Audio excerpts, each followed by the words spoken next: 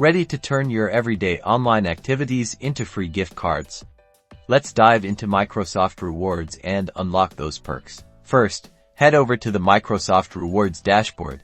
Either through Bing or the Start menu, you'll find a daily checklist. These are your golden tickets. Click on each activity to earn points. They're usually super simple, like reading a news article or taking a quick poll. Next up, search with Bing. You earn points for every search you make. Make Bing your default search engine and watch those points add up effortlessly as you browse the web as normal. Keep an eye out for quizzes and challenges. These are fun ways to boost your points quickly. The answers are usually easy to find with a quick search if you get stuck. Finally, check the rewards page regularly. Once you've racked up enough points, you can redeem them for gift cards to your favorite stores, sweepstakes entries, or even donations to charity. And there you have it. By consistently completing these simple tasks, you'll be swimming in rewards in no time, so go forth and start earning. Don't forget to like and subscribe for more tips and tricks.